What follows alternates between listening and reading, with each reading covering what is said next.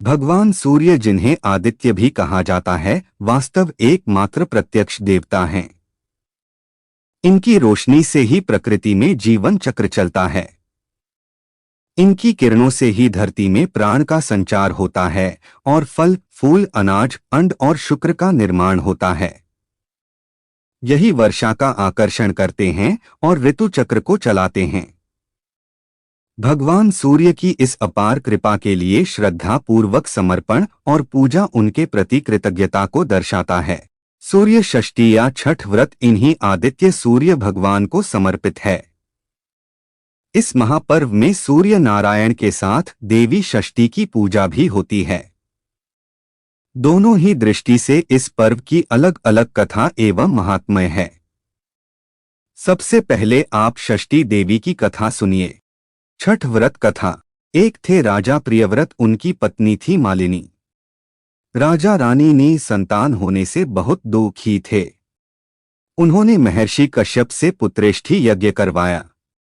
यज्ञ के प्रभाव से मालिनी गर्भवती हुई, परंतु 9 महीने बाद जब उन्होंने बालक को जन्म दिया तो वह मृत पैदा हुआ।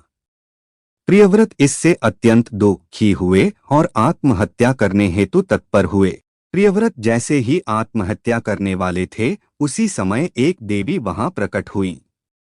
देवी ने कहा, प्रियव्रत, मैं षष्ठी देवी हूं। मेरी पूजा आराधना से पुत्र की प्राप्ति होती है। मैं सभी प्रकार की मनोकामना पूर्ण करने वाली हूं। अत तुम मेरी पूजा करो, तुम्हें पुत्र रत्न की प्राप्ति होगी। राजा ने देवी की आज्ञा मानकर कार्तिक शुक्ल षष्ठी तिथि को देवी षष्ठी की पूजा की, जिससे उन्हें पुत्र की प्राप्ति हुई। इस दिन से ही छठ व्रत का अनुष्ठान चला आ रहा है। एक अन्य मान्यता के अनुसार भगवान श्री रामचंद्र जी जब अयोध्या लौटकर आए, तब राजतिलक के पश्चात उन्होंने माता सीता के साथ कार्तिक शुक्ल षष्ठी तिथि को सूर्य देवता की व्रतोपासना की और उस दिन से जनसामान्य में यह पर्व मान्य हो गया और दिनानुदिन इस त्योहार की महत्ता बढ़ती गई व पूर्ण आस्था एवं भक्ति के साथ यह त्योहार मनाया जाने लगा। छठ व्रत विधि। इस त्योहार को बिहार, झारखंड, उत्तर प्रदेश एवं भारत के पड़ोसी देश नेपाल में हर्षोल्लास एवं नियम निष्ठा के साथ मनाया जाता है। इस त्योहार की यहाँ बड़ी मान्यता है।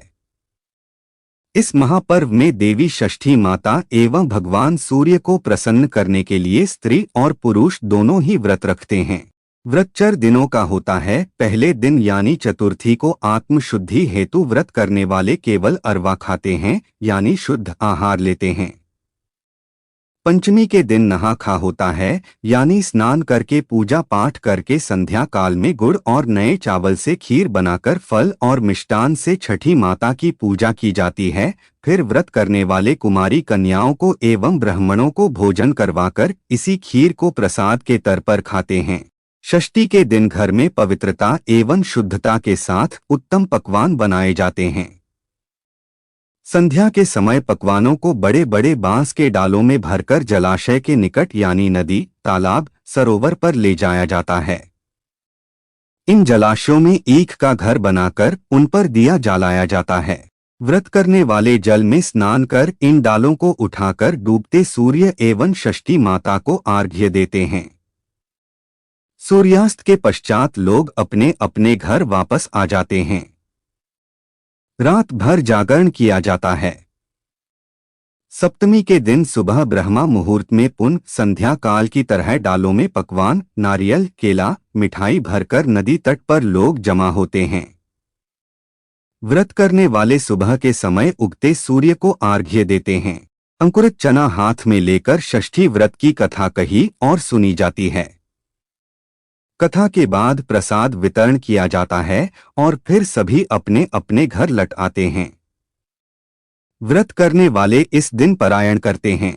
इस पर्व के विषय में मान्यता यह है कि जो भी षष्ठी माता और सूर्य देव से इस दिन मांगा जाता है, वह मुराद पूरी होती है।